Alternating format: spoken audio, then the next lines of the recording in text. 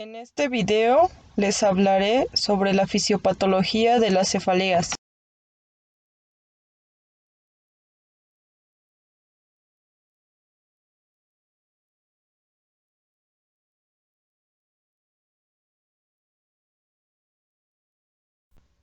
Para iniciar, comenzaremos definiendo qué es una cefalea. Una cefalea es un síntoma neurológico que hace referencia a cualquier tipo de dolor localizado en la cabeza. Es el motivo más frecuente de consulta. A pesar de que se considera un síntoma benigno, puede ser manifestación de alguna enfermedad grave. El 90% de las cefaleas se diagnostican solo por clínica, por medio de la anamnesis y la exploración física. En cambio, el 10% restante está asociada a alguna patología intracraneal grave, las cuales necesitan pruebas diagnósticas como la resonancia magnética, la tomografía, para poder corroborar cuál es la enfermedad que está causando dicha cefalea. El inicio súbito de una cefalea intensa, intratable, en una persona que está 100% sana, se relaciona con un trastorno intracraneal importante, como la hemorragia subaracnoidea o la meningitis. Pero para poder diagnosticarlo, primero tenemos que apoyarnos de las pruebas diagnósticas.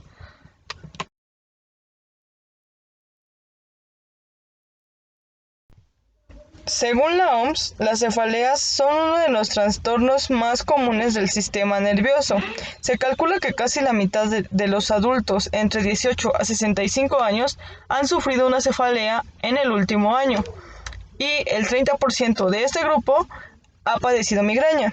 La cefalea que es más grave o que tiene algún tipo de lesión intracraneal que se presenta de 15 días o más al mes afecta al 1.7% al 4% de la población adulta en el mundo. Este es un problema mundial que afecta a todas las personas de todas las edades, de cualquier sexo, de cualquier raza, de cualquier nivel económico e incluso también de cualquier área geográfica. Para iniciar el diagnóstico de una cefalea vamos a iniciar con la anamnesis, el cual vamos a evaluar 4 puntos indispensables, como es el motivo de consulta, enfermedad actual o anamnesis dirigida, los antecedentes personales o tratamiento habitual en caso de pacientes que tienen algún tipo de enfermedad crónico-degenerativa, y antecedentes familiares con especificación en antecedentes de cefalea. El motivo de consulta va a constar de edad, la forma de instauración de la cefalea y los antecedentes o de episodios de cefalea con anterioridad. En la enfermedad actual o la amnesis dirigida ya va, como su nombre lo dice, 100% dirigida a la cefalea. Comenzando con la edad de comienzo, si es en la niñez, en la juventud, en la adultez o cuando ya es anciano.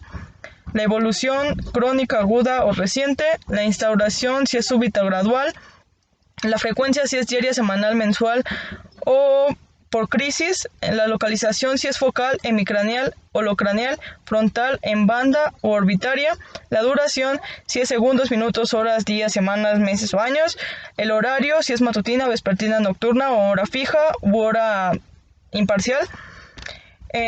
La cualidad si es pulsátil, terberante, urente, lacinante u opresiva o también explosiva. La intensidad si es leve, moderada o intensa, si va a interferir o no en sus actividades diarias. Los factores agravantes o desencadenantes como el ejercicio físico, el coito, posiciones de la cabeza, alcohol, menstruación, anticonceptivos o el por tacto en zona gatillo. La remisión si es brusca, progresiva, permanente o es por tiempos.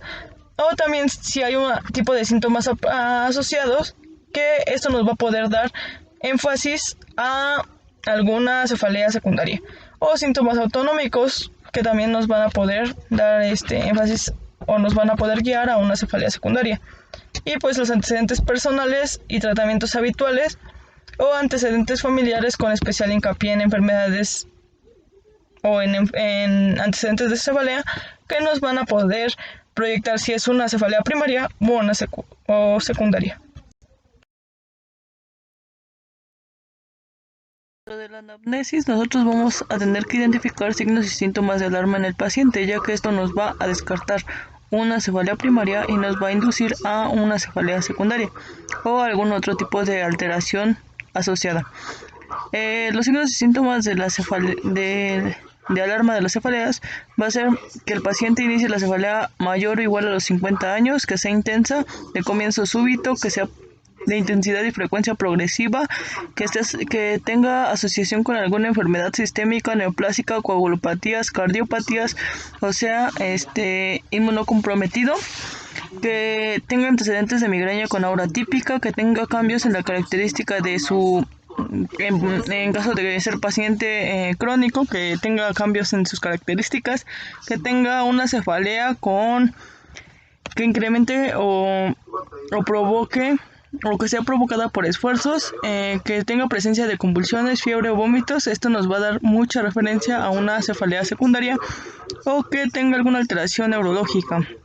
Y eso pues nos vamos a dar cuenta en la exploración física, o que tenga tratamientos con anticoagulantes. Aquí les dejo el semáforo de la cefalea, en el cual lo más significativo, lo más grave va a ser las crisis epilépticas. Esto es lo que va a marcar una cefalea secundaria, alguna enfermedad, o también la alteración en la focalidad neurológica, un edema papilar o una alteración en la motilidad ocular.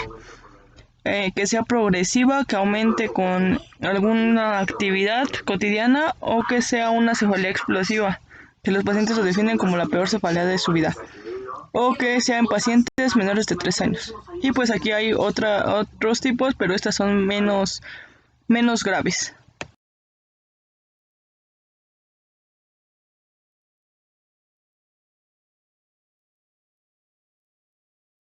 En este video abordaré la clasificación de las cefaleas tanto primarias como secundarias.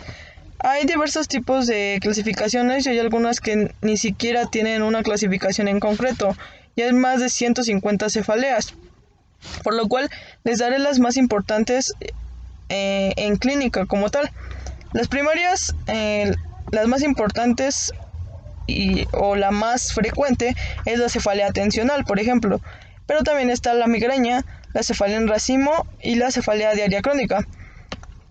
Entiéndase como cefalea primaria aquella la cual la cual no existe una causa estructural, metabólica, infecciosa para explicar el síntoma, y esta se ve una cefalea como por enfermedad. En cambio, las cefaleas secundarias son una alteración en la que el dolor va a expresar una enfermedad subyacente. ¿Esto qué quiere decir? Que la cefalea ya no se va a ver como una enfermedad, sino como un síntoma. Ahorita más adelante se lo voy a explicar. Dentro de las cefaleas secundarias va a estar la meningitis, el tumor cerebral, el aneurisma cerebral, y también como nexo vamos a tener las neuralgias intracraneales y dolor facial, o el dolor en articulación temporomandibular.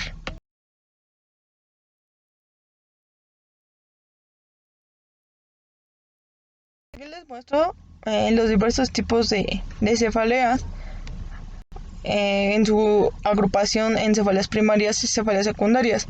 En las cefaleas primarias no va a haber una alteración estructural subyacente, solamente va a ser la cefalea como enfermedad, y en las cefaleas secundarias sí va a haber una alteración estructural, tóxica o metabólica, la cual sea el síntoma de la enfermedad a la que está asociada.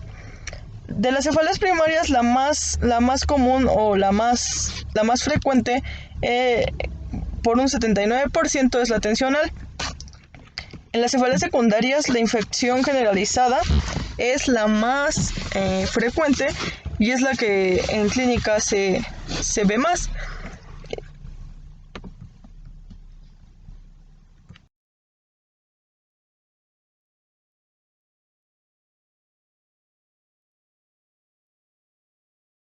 Dentro de las cefaleas primarias tenemos a la cefalea tensional. Esta es la más frecuente. Tiene una prevalencia en mujeres de entre 20 a 30 años, y esta no va a afectar las actividades diarias del paciente. Va a evolucionar lentamente con oscilaciones en la intensidad, y pues bueno, vamos a tener manifestaciones clínicas muy características, ya que va a tener un dolor sordo y difuso, ya sea va a ser un dolor episódico o crónico y va a tener una duración entre 30 minutos a 7 días. Va a ser persistente aproximadamente cada 15 días al mes. Y bueno, no va a empeorar con ningún tipo de síntoma o de actividad que el paciente realice. Va a tener un dolor bilateral, no va a ser pulsátil y tampoco va a haber síntomas ni manifestaciones concomitantes como en otras cefaleas. Esta va a tener como característica especial que el paciente va a referir como que siente una banda que rodea la cabeza. Dentro de su fisiopatología vamos a tener que es debido a una tensión sostenida de los músculos tanto del cuero cabelludo como del cuello, y por ello pues se va a dar la cefalea. O también puede haber varios factores que pueden ser motivo de esta cefalea, como lo son la disfunción mandibular, el estrés psicológico, la ansiedad, la depresión o el estrés muscular, o también el abuso de analgésicos o la cafeína. Esto está muy asociado a personas que están bajo mucho estrés, tanto en su campo laboral como en sus actividades diarias, como lo son los médicos, los estudiantes o personas que están en empresas muy grandes. Para su tratamiento va a haber un tratamiento no farmacológico y un tratamiento farmacológico. El tratamiento no farmacológico consta de masaje, acupuntura, terapia física o ejercicios de movimiento y relajación y mejoría de postura en cuanto estamos en el trabajo. ¿Esto para qué? Para que el paciente pueda relajarse y ceder el dolor. Este es el tratamiento más efectivo. El tratamiento más eficaz para la cefalea tensional es el tratamiento no farmacológico, ya que si el paciente cambia su estilo de vida a manera de que no se estrese tanto, va a poder disminuir y aliviar el síntoma de la cefalea. Si esto no sucede con el tratamiento no farmacológico, se va a recurrir al tratamiento farmacológico, el cual en la anamnesis vamos a preguntar al paciente si la cefalea es infrecuente, frecuente o crónica. Para la infrecuente vamos a recetar analgésicos o AINES menos de 6 dosis por mes, como van a ser AINES, como el paracetamol, el naproxen y el ibuprofeno. El tratamiento de la cefalea frecuente vamos a preguntar qué tipo de intensidad tiene. Si es severa, vamos a tener que recurrir a otro medicamento, ya no de primera línea, sino ya más fuerte, el cual va a ser la amitriptilina, que va a ser en la noche 12.5 miligramos con incrementos semanales de hasta 75 miligramos. Y bueno, si es una cefalea crónica, que ya el paciente ya está muy expuesto a estrés y que pues no lo puede controlar, vamos a tener que recetar otra vez tricíclicos y va a ser la misma amitriptilina. Si sufre de depresión o ansiedad, vamos a tener que recetar la fluoxetina. Si no hay mejoría, vamos a tener que continuar el tratamiento durante 6 meses a 1 año. Pero esto ya se consideraría por medio de cómo va progresando el paciente en la evolución del tratamiento.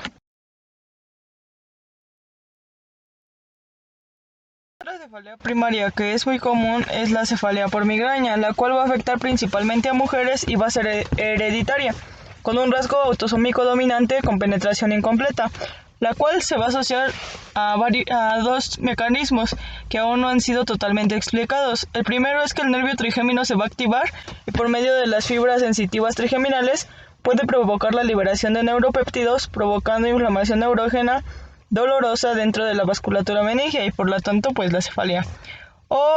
Y otro mecanismo es la vasodilatación neurógena de los vasos sanguíneos meningios, y esto va a causar un proceso de inflamación que pues por obvias razones pues surge la cefalea. Y también hay otros factores que pueden ser causantes de la cefalea, como lo es la concentración de estrógenos. Por ello es que la migraña se da principalmente en mujeres, porque cuando están menstruando, el aumento de estrógenos es lo que desencadena episodios o crisis migrañosas. Y también alimentos químicos o alergenos como el glutamato monosódico, el queso añejo o el chocolate, entre otros alimentos que pueden generar la migraña. Y pues bueno, también la migraña, como características generales, van a tener que tiene una duración de 4 a 72 horas. Puede ser pulsátil o unilateral y se va a agravar con movimientos, sonidos y luz, a diferencia de la cefalea tensional. Y también puede asociarse a náuseas, vómitos u otros síntomas. Y está relacionado también a ciclos menstruales, ejercicio físico, estrés, alcohol o insomnio. Y va a tener alteraciones visuales. Dentro de la clasificación vamos a tener la clasificación sin aura, con aura, retiniana, crónica y el infarto migrañoso. La clasificación con aura va a ser pulsátil, unilateral y va a durar de 1 a 2 días. Se va a agravar con la actividad rutinaria. Va a estar acompañado de náuseas, vómitos u otros síntomas. Va a ser incapacitante, ya que el paciente no va a poder visualizar bien su alrededor y va a ser muy sensible a la luz y al sonido. Y esto se va a representar como con estrella, chispas o destellos. La siguiente es con aura, que es el 15% de las personas que les da migraña, y esta va a tener su punto máximo entre los 15 a 20 minutos y va a tener el aura en ese periodo y de 5 a 1 hora para que dure la cefalea. Y esta se va a manifestar con luces parpadeantes, manchas o líneas, y va a tener una sensación de el paciente de que le pica la cabeza con alguna aguja o alfiler, y va a tener entumecimiento del cuello y de regiones aledañas.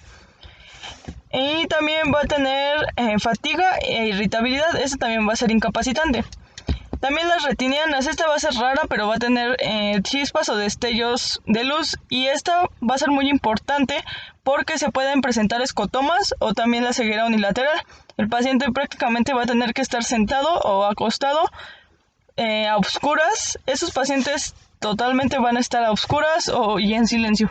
O la crónica, que va a durar de 15 días o más, durante 3 meses o más. Entonces, en ausencia del abuso de medicamentos, porque en la cefalea migrañosa, siempre va a haber por el dolor tan intenso que les da, va a haber un abuso de medicamentos en cualquiera de la clasificación de las migrañas. Y esto vamos a tener que tratarlo para poder disminuir el consumo de analgésicos y aliviar el dolor, porque hay veces que ya se hacen como resistentes a los analgésicos y ya no van a tener resultados, y la cefalea va a ser aún más intensa. O el infarto migrañoso, que va a haber igual que en la cefalea con aura, va a haber una persistencia por más de 1 hora, y va a haber va a presenciar neuroimágenes, las cuales pues va a haber luces, no destellos, y se va a acumular tanto se va a acumular el aura y va a ser más intensa, por lo cual se debe de tratar al paciente sí con analgésicos, pero no en aumento. Para el diagnóstico de la migraña debemos de ser muy eficaces, tanto en la anamnesis como en la exploración física. ¿Por qué?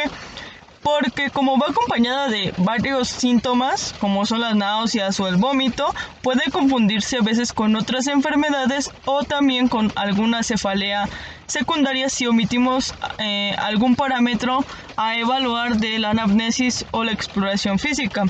En niños el diagnóstico va a ser la presencia de cefaleas recurrentes separadas por periodos sin dolor. También el niño va a tener náuseas y vómito intenso. Esto hay que tomar muy bien en cuenta, ya que esto se puede confundir con una apendicitis, por ejemplo, en niños, o con lesiones intracraneales, como en una cefalea secundaria. Por ello hay que tener mucho cuidado al momento de evaluar, o de diagnosticar más bien.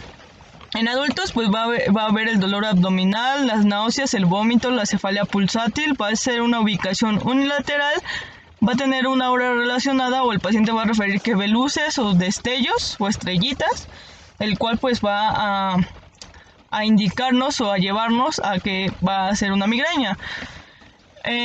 También que va a quitarse por el sueño o por el descanso o el silencio.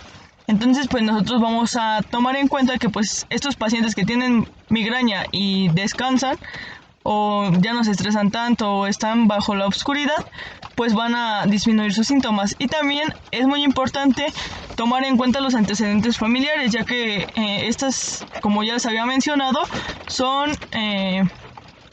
es una cefalea por herencia. Y pues hay varias familias que toda la familia completa padece migraña. El tratamiento no farmacológico va a ser la evasión de los desencadenantes, como por ejemplo el ruido, el estrés masivo o por ejemplo, el calor o algunos otros desencadenantes que el paciente note en cuanto a su enfermedad. Y también vamos a tomar en cuenta la alimentación y los hábitos de sueño, ya que algunos por el insomnio que tienen no van a tener, por ejemplo, al día siguiente migraña. Y también vamos a tener que indicar al paciente que tiene que estar en lugares tranquilos y oscuros para que no se le propague más la enfermedad. En cuanto al tratamiento se trata, va a ser un tratamiento farmacológico. La primera línea es el ácido acetilsalicílico y también combinaciones de paracetamol con ácido acetilsalicílico y cafeína, o también los agonistas del receptor de serotonina, los cuales también van a ayudarnos mucho en cuanto al tratamiento, como lo es el sumatriptán, naratriptán y el rizatriptán, o también los derivados de la ergotamina, como la dihidroergotamina, y los antieméticos como el ondansetron o la metoclopramida. Estos van a ayudar mucho en cuanto a la migraña.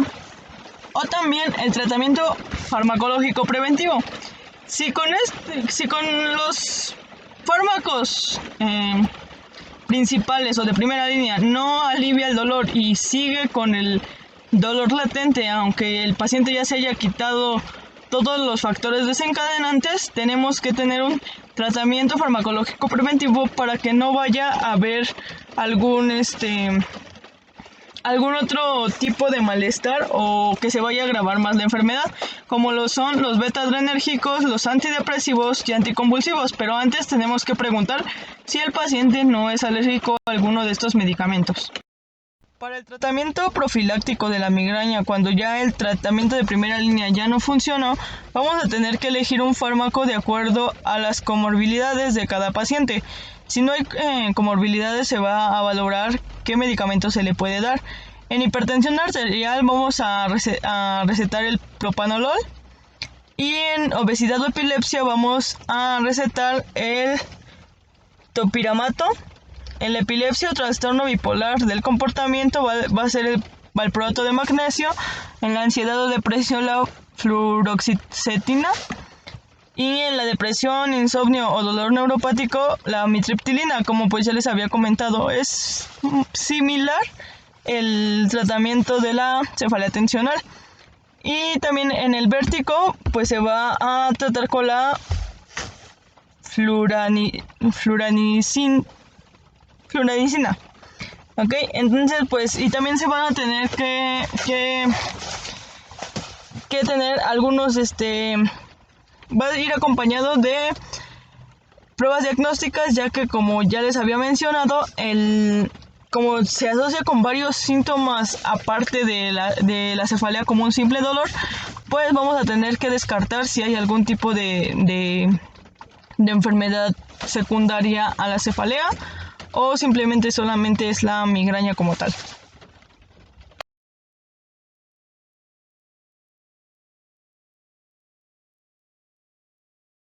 La siguiente cefalea es la cefalea en racimo. Dentro de la epidemiología, esta cefalea va a ser rara, pero va a ser muy significativa. Esta tiene mayor prevalencia en varones, aproximadamente en la tercera década de vida. Esta va a durar semanas o meses, seguido de remisión prolongada de cefaleas. ¿Esto qué quiere decir? Que por ejemplo en la primera semana el paciente va a tener cefaleas, la segunda semana ya no tiene cefalea y en la tercera va a resurgir de nuevo la cefalea, ya sea de la misma intensidad o más intensa. Esta cefalea va a tener como característica específica que va a ser intensa, insoportable, va a ser solamente unilateral y va a ser de herencia autosómica dominante. Dentro de la fisiopatología no está muy bien definido cuáles son los mecanismos, pero los mecanismos más significativos son los factores vasculares, neurogénicos, metabólicos y parasimpáticos, ya que se cree que hay una activación del sistema trigémino vascular y reflejos parasimpáticos autonómicos craneales.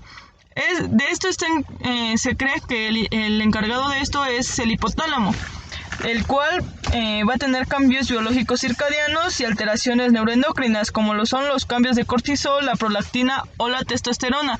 Esto es muy importante, ya que pues por los cambios tan repentinos de testosterona, pues se da la prevalencia en hombres.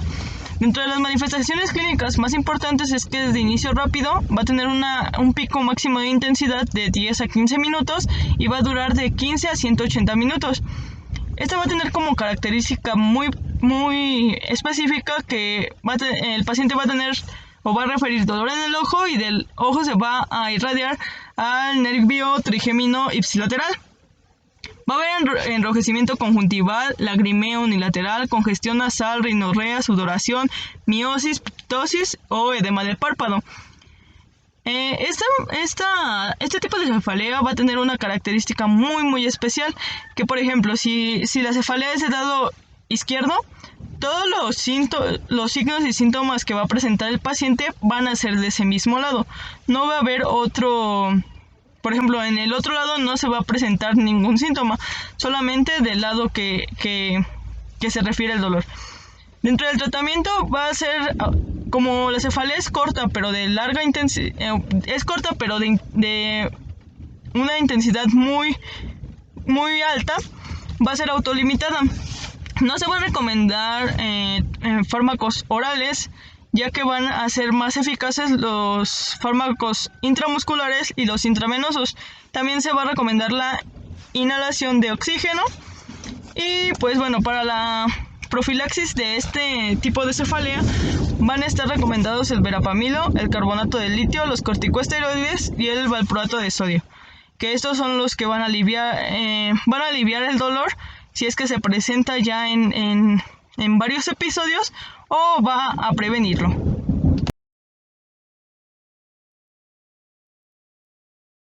Les comenté, las cefaleas secundarias no son tan relevantes, ya que es el 1% de los pacientes que sufren una cefalea, pero pues también es importante comentarlas un poco, ¿no?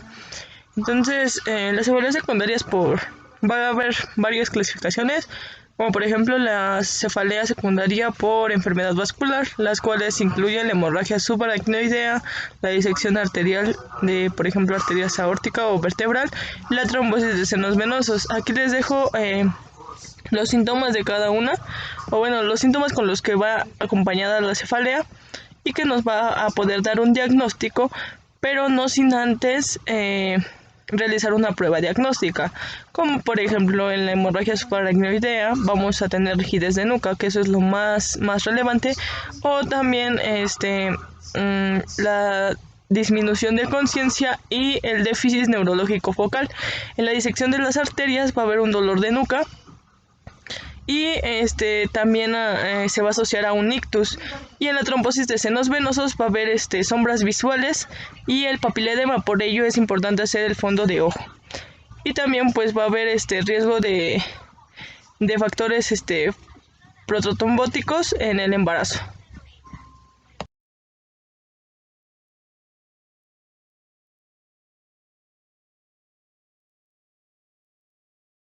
La siguiente es la cefalea secundaria asociada a infecciones, como en la meningitis, la encefalitis, la sinusitis, la mastoditis o un absceso. En la meningitis, algo muy característico va a ser la fiebre y el rash, la fotofobia y la rigidez de la nuca. En la encefalitis va a haber sepsis, eso también es muy característico, o fiebre, y también va a haber déficit neurológico focal, que esto es muy común en todas las cefaleas secundarias, pero pues también se tiene que tener pruebas diagnósticas antes de dar un diagnóstico certero. Dentro de la sinusitis o mastoiditis, esta es una cefalea muy común dentro de las cefaleas secundarias, en la cual pues se va a presentar fiebre o sepsis, sensibilidad de senos, todos los senos que hay en cara, y también va a haber auras, que eso es lo más relevante de estas, tanto de la mastoiditis como de la sinusitis, y algún absceso. También por eso tenemos que hacer bien nuestra exploración física para ver si no hay ningún tipo de alteración, absceso o algún tipo de anormalidad en la cabeza que nos indique una cefalea. También otra importante es la cefalea secundaria a causa oftalmológica o inflamatoria, como el glaucoma agudo de ángulo cerrado, en el cual pues va a haber una irritación del ojo, una dilatación pupilar y una alteración en la visión unilateral. Aquí debemos de estar muy conscientes, ya que puede confundirse con una cefalea en racimo. También en la inflamatoria va a haber una arteritis de células gigantes, en la cual pues tenemos que estar muy atentos en cuanto a pacientes que sean mayores de 50 años, ya que pues en estos pacientes es muy frecuente. También es muy importante la pérdida de peso y la sensibilidad en el cuero cabelludo. Y también en las pruebas diagnósticas vamos a encontrar una proteína C reactiva elevada y la BCG también. Entonces vamos a tener que tener tanto un anamnesis, una exploración física, y las pruebas diagnósticas tenemos que ser muy minuciosos en cuanto a encontrar el motivo del cual es propagada esa cefalea.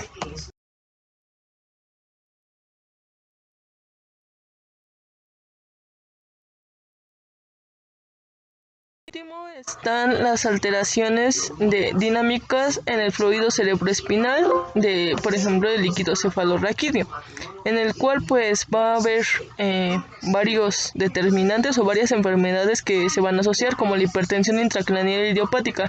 Aquí es muy importante el IMC del paciente, ya que se va a dar comúnmente en mujeres jóvenes con obesidad.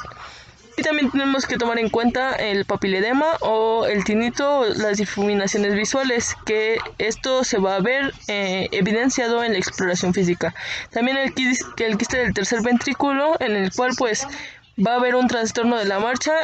Prácticamente estos pacientes van a tener una normalidad en su examen neurológico y va a tener ataques de gota. Estos pacientes también van a tener el ácido úrico muy elevado. Para ello tenemos que tener pruebas complementarias. La cefalea por baja presión también pues vamos a ver que la cefalea se va a exacerbar por medio de las maniobras de Valsalva o por los cambios de posición, ya que el paciente, si se sienta, si se amarra las agujetas, si se para muy bruscamente, pues le va a empezar la cefalea, y pues esto va a evidenciar esto. Pero también tenemos que considerar las pruebas diagnósticas, o también la lesión ocupante del espacio, ya que pues bueno, esta va a ser una cefalea con empeoramiento y pues va a estar asociado a convulsiones, que eso también se puede confundir con algún tipo de tumor, que pues también no se los mencioné mucho, pero también está asociado, hay algunas enfermedades asociadas a tumores que pues hacen relevancia, como pues aquí se muestra, a una lesión ocupante, para lo cual pues tenemos que estar muy atentos en cuanto a cualquier anormalidad.